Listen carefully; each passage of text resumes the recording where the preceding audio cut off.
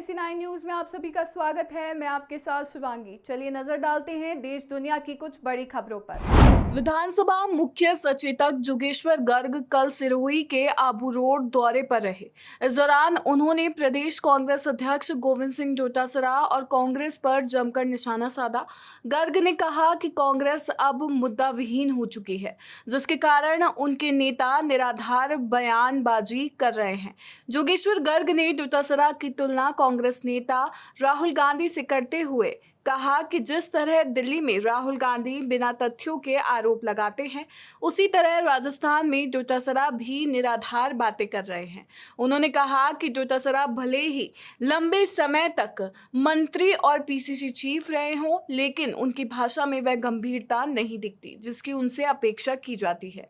गर्ग ने डोटासरा पर तीखा हमला बोलते हुए कहा कि वह बच्चों जैसी हरकतें करते हैं और गांव के गंवारों जैसी भाषा का इस्तेमाल करते हैं।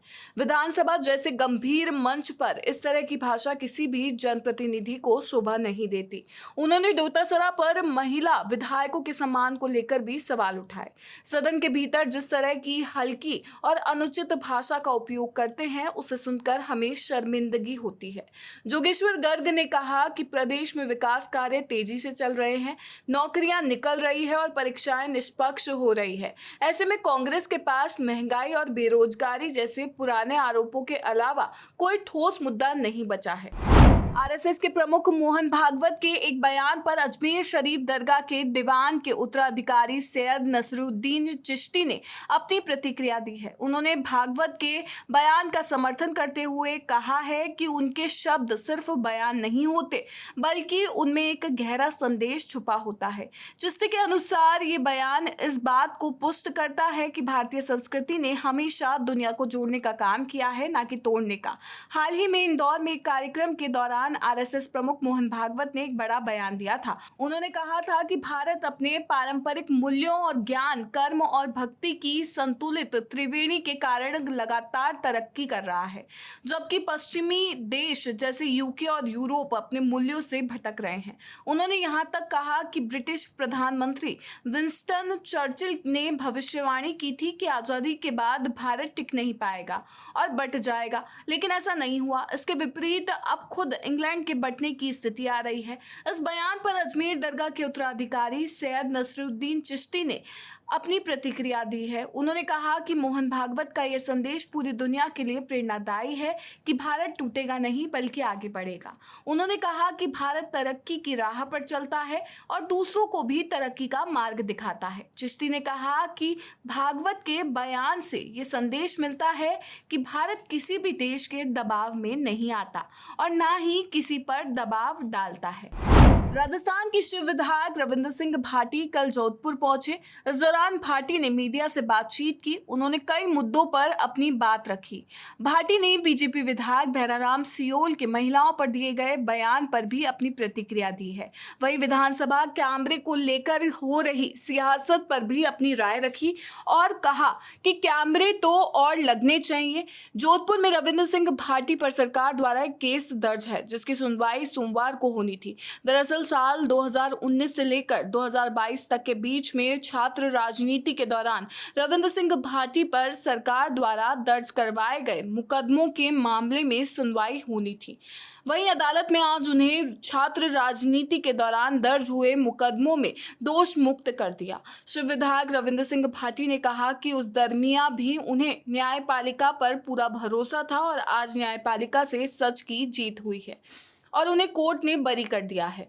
ओसिया से बीजेपी के विधायक भैराराम सियोल द्वारा लड़कियों के भागने के मामले और शादीशुदा औरतों के भागने के मामले को दिए गए बयान को लेकर भी भाटी ने ओसिया विधायक के बयान का समर्थन किया और उन्होंने कहा कि वाकई ये बड़ी विडंबना है कि किस तरह से जो हैं लड़कियां और शादीशुदा औरत है घर छोड़कर भाग जाती हैं, जिससे उनके माँ बाप पर क्या असर पड़ता है। इसके लिए कानून बनाने की आवश्यकता है। राजस्थान में विधायकों की खरीद फरोख्त के आरोप पर 5 साल पहले दर्ज मामले में एसीबी की ओर से एफआईआर लगाने पर हाईकोर्ट ने केस बंद कर दिए हैं। हाईकोर्ट ने अशोक सिंह और भरत मलानी को केस में राहत देते हुए कहा कि जब एसीबी ने मामले में अपराध होना नहीं माना है तो केस में एफआईआर को चुनौती देने का मतलब नहीं है।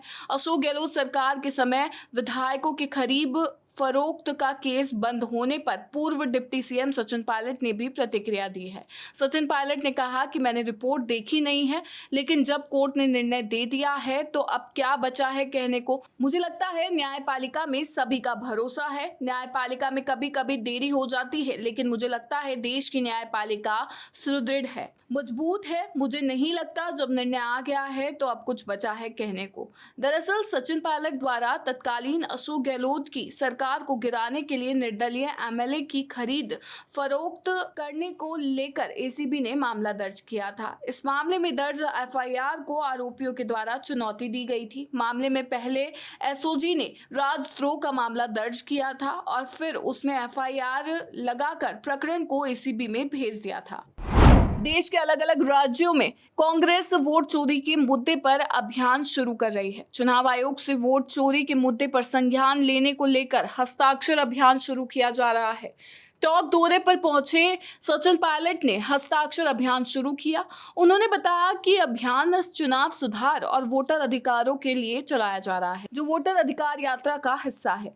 पायलट ने बीजेपी पर वोट चोरी का आरोप लगाया। उन्होंने कहा कि राहुल गांधी ने वोट चोरी के प्रमाण रखे, लेकिन जांच बैठाने के बजाय चुनाव आयोग ने एफिडेविट मांगा। अब इस पर राजस्थान में सियासत शुरू हो गई और बीजेपी की ओर से राजस्थान सरकार के विधि और संसदीय कार्य मंत्री जोगाराम पटेल ने कांग्रेस के हस्ताक्षर अभियान पर निशाना साधा। उन्होंने कहा कि कांग्रेस के पास जब कोई मुद्दा नहीं बचा तो इसी तरह के मुद्दे को लेकर आती है। मंत्री जोगाराम पटेल ने बात करते हुए कहा कि जनता जानती है कि क्या सही है क्या गलत है। कांग्रेस के हस्ताक्षर अभियान से कोई फर्क नहीं पड़ने वाला है। जनता को गुमराह करने के लिए अभियान चलाया जा रहा है। उन्होंने विधानसभा में लगे कैमरे को सही बताते हुए कहा कि कांग्रेस मुद्दा विहीन हो चुकी है। विधानसभा अध्यक्ष इस मामले को लेकर अपनी बात रख चुके हैं। इस तरह के आरोपों से कांग्रेस का चाल, चरित्र और चेहरा दिखाई दे रहा है। कांग्रेस के राष्ट्रीय महासचिव और टोंक विधायक सचिन पायलट सोमवार को टोंक पहुंचे, जहां कार्यकर्ताओं और समर्थकों ने उनका जोरदार स्वागत किया। इस दौरान पायलट समर्थकों ने नारे लगाए, हमारे मुख्यमंत्री कैसा हो, सचिन पायलट जैसा हो। पायलट ने टोंक में जिला कांग्रेस समिति कार्यालय में सैकड़ों कार्यकर्ताओं की मौजूदगी में बैठक को संबोधित किया और हस्ताक्षर अभियान की शुरुआत की। उन्होंने बताया कि यह अभियान चुनाव सुधार और वोटर अधिकारों के लिए चलाया जा रहा है, जो वोटर अधिकार यात्रा का हिस्सा है। पत्रकारों से बातचीत में पायलट ने बीजेपी पर वोट चोरी का आरोप लगाया। उन्होंने कहा कि राहुल गांधी ने वोट चोरी के प्रमाण रखे, लेकिन जांच बैठाने की बजाय चुनाव आयोग ने एफिडेविट मांगा। साथ ही उन्होंने आरोप लगाया कि बिहार चुनाव में तो वोटर लिस्ट भी उपलब्ध नहीं कराई गई। झालावाड़ में बाढ़ प्रभावितों को बकरी देने के विवाद पर पायलट ने तीखा प्रहार किया। उन्होंने कहा कि मासूम बच्चों की जान जा रही है, ऐसे में कोई ना कोई जिम्मेदार तो होगा। पायलट ने कहा कि सरकार को नुकसान के आधार पर पीड़ित परिवारों को उचित आर्थिक मुआवजा देना चाहिए, न कि बकरी देकर मजाक उड़ाना चाहिए। नरेश मीणा के आंदोलन पर समर्थन जताते हुए पायलट ने कहा कि जहां जहां जनता पर अन्याय होगा वहां वह जनता के लिए एकजुट होकर लड़ाई करेंगे। उन्होंने आपदा प्रबंधन और प्रशासनिक लापरवाही पर भी सरकार को घेरा। राजस्थान में बारिश का दौर लगभग पूरी तरह थम चुका है। अनुमान है कि 25 सितंबर तक पूरे राज्य में मानसून विदा हो जाएगा। इस बार समय से 3 दिन पहले ही ये विदाई ले रहा है, जिसका आगाज पश्चिमी हिस्सों से हुआ है। इसी के चलते बीते एक सप्ताह से राजस्थान में ना के बराबर बारिश हुई है। कुछ जगहों पर महज 1 से 2 मिलीमीटर बारिश दर्ज हुई है। वहीं मौसम विभाग के अनुसार पूर्वी राजस्थान के 13 जिलों में 18 और 19 सितंबर के लिए येलो अलर्ट जारी किया है। इसमें बांसवाड़ा, बारां, भीलवाड़ा, बूंदी, चित्तौड़गढ़, धौलपुर, डूंगरपुर, झालावाड़, करौली, कोटा, प्रतापगढ़, सलुम्बर और सवाई माधोपुर शामिल है। इसके अलावा पश्चिमी राजस्थान के किसी भी जिले में बारिश को लेकर कोई अलर्ट नहीं जारी किया गया है। मौसम विभाग के अनुसार अगले 2 दिनों के दौरान राजस्थान के कुछ और हिस्सों में दक्षिण पश्चिम मानसून के वापस जाने के लिए परिस्थितियां अनुकूल है। राजस्थान में सरकारी नौकरी को लेकर फर्जीवाड़े का मामला थमने का नाम नहीं ले रहा है। हाल में हुए विभिन्न विभागों में सरकारी नौकरी के लिए हुए परीक्षाओं के बाद नियुक्ति पा चुके उम्मीदवारों के दस्तावेज चेक किए जा रहे हैं, जिसमें कई उम्मीदवारों के साथ फर्जी दस्तावेज का मामला सामने आ रहा है। इतना ही नहीं, एक मामला विधायक के बेटी की नौकरी को लेकर भी फर्जी दस्तावेज का आरोप लगाया गया है, जिसकी जांच की जा रही है। लेकिन ये मामले तो हाल के वर्षों में हुई नियुक्तियों पर है। लेकिन एक ऐसा भी मामला सामने आया है जिसमें 20 साल की नौकरी के बाद फर्जी दस्तावेज के जरिए नियुक्ति का मामला सामने आया है। दरअसल एक विधवा महिला 20 सालों से शिक्षक पद पर नौकरी कर रही थी, लेकिन अब शिक्षा विभाग को महिला शिक्षक की फर्जी दस्तावेज की शिकायत मिली। वहीं मामले की जांच हुई तो दस्तावेज फर्जी पाए गए, जिसके बाद पुलिस ने महिला शिक्षक को गिरफ्तार कर लिया है। मोहनलाल सुखाड़िया विश्वविद्यालय के कुलपति प्रोफेसर सुनीता मिश्रा की ओर से हाल ही में दिए गए औरंगजेब संबंधी बयान पर एक बार फिर उबाल आ गया है। एबीवीपी ने यूनिवर्सिटी प्रशासनिक भवन को घेर लिया और जमकर प्रदर्शन किया, साथ ही वीसी को बर्खास्त करने की मांग की। एमएलएसयू वीसी ने 2 दिन पहले कार्यक्रम में मुगल शासक अकबर को महान राजा और औरंगजेब को कुशल प्रशासक बताया था। इसके विरोध में एबीवीपी के सैकड़ों कार्यकर्ता प्रशासनिक भवन के बाहर एकत्रित हुए और जमकर नारेबाजी की।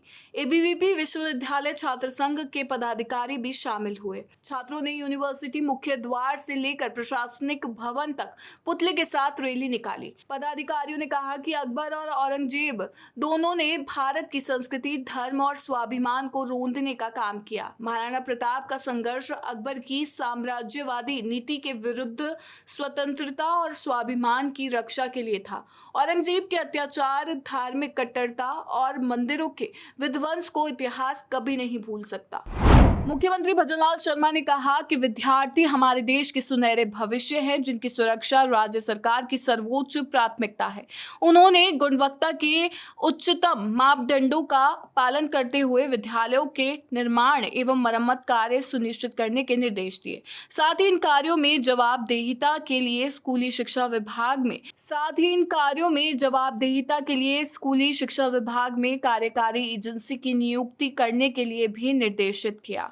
मुख्यमंत्री शर्मा सोमवार को सीएमओ पर स्कूली शिक्षा, उच्च शिक्षा, तकनीकी शिक्षा एवं संस्कृत शिक्षा विभाग की बजट घोषणाओं की समीक्षा कर रहे थे। इस दौरान उन्होंने गांव-ढाणी से लेकर शहरी क्षेत्र में स्थित राजकीय विद्यालयों एवं महाविद्यालयों में शैक्षणिक सुविधाओं तथा सेवाओं के सुदृढ़ीकरण और विस्तार पर गहन चर्चा करते हुए आवश्यक दिशा निर्देश दिए।